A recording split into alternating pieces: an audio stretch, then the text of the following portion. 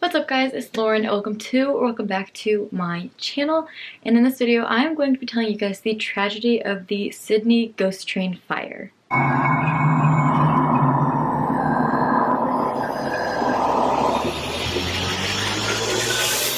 Ever since 1935, the ghost train ride was used quite frequently at Sydney's most famous amusement park. The train cars took riders through an intricate, dark tunnel that had jump scares and just all kinds of haunted house special effects and haunted house-like things.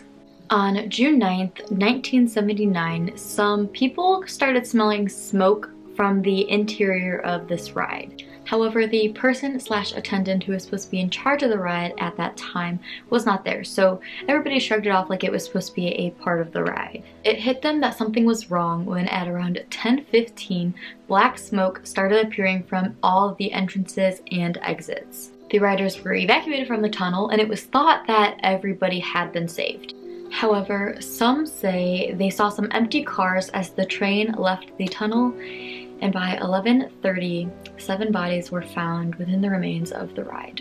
The theory is that once those people realized the ride was on fire, they became disoriented and kind of confused and just couldn't find their way to any of the exits. So I guess they were trapped inside the tunnel before dying. 6 children and 1 adult passed away. 13-year-olds Jonathan Billings, Richard Carroll, Michael Johnson, and Seamus Rahilly.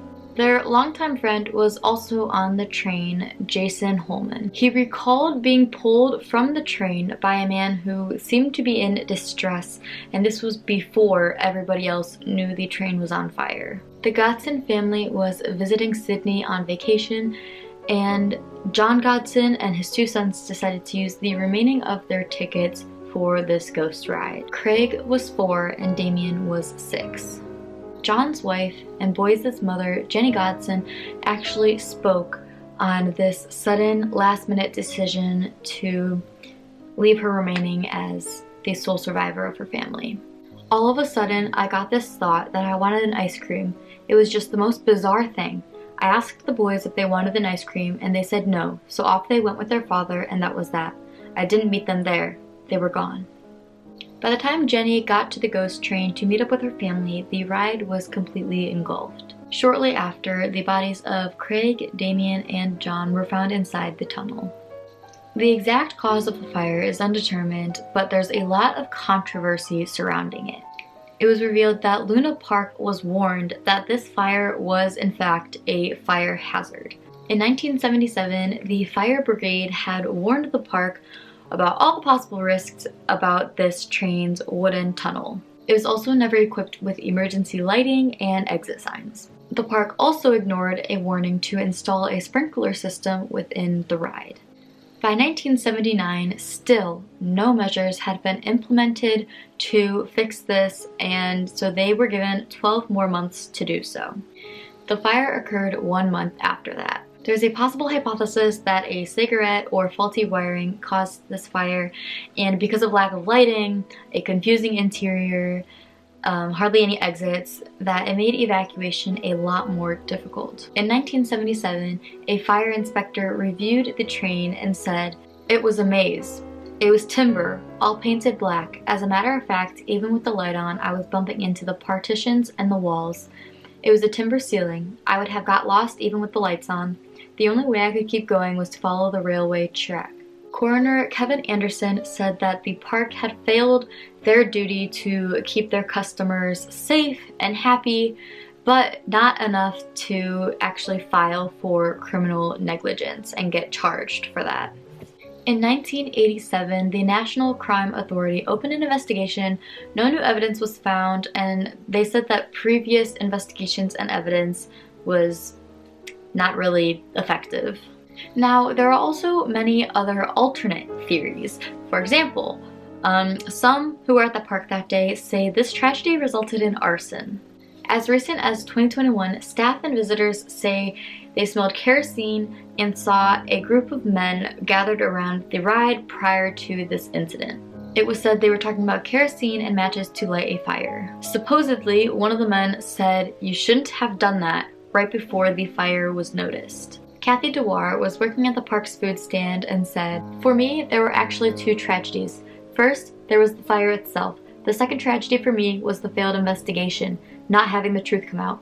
There was so much buried, so many facts distorted and hidden. I am definitely prepared at this point in my life to give a statement to the police, and I really resent the fact that I was not given the opportunity to do that at the time. Anyone who was at the park that evening should have been interviewed by the police, and whatever observations they had, what experiences they had, should have been documented and recorded." Another theory surrounds Abraham Gilbert Safran. Abraham was a crime lord, and some say that he paid men to start this fire and paid the lead detective to cover up the incident. In 2007, Abraham's niece said her uncle was behind the fire, but he didn't think there would be any deaths. Later on, she denied ever making that statement. Abraham was also supposedly involved with many other fires following this one. Luna Park was closed following the fire, and most of it was demolished. Later on, the park was reopened under a different name, but eventually resumed the Luna Park title. Today, the park has new owners, and the Big Top concert venue stands where the ghost train burned. The victims are remembered by a plaque on one of the Big Top's walls. Their memorials can be found at Art Barton Park and the chapel at Waverly College. They also made a docu-series, I'm not really sure what platform, it didn't say, but they made a docu-series about Abraham and the suspicious men and those two theories and just the details on it, I guess. On the 36th anniversary of the fire, Jenny Godson said that her and Jason Holman were connected together, basically forged by grief, because they were both the sole survivors of the group they went with. "We are very close. It's like there's some kind of web that joins us together. We sort of had survivor's guilt. We're here and they're all not." So that is the case of the Sydney ghost train fire from 1979. Tell me down in the comments below what you guys thought of this case. I would love to hear your thoughts and opinions. Thank you guys so much for watching this video. If you liked it, give it a thumbs up. If you disliked it, give it a thumbs down. I don't really care. Subscribe if you're new. Comment down below videos you would like to see next. You guys know the drill, and I'll see you guys in the next one.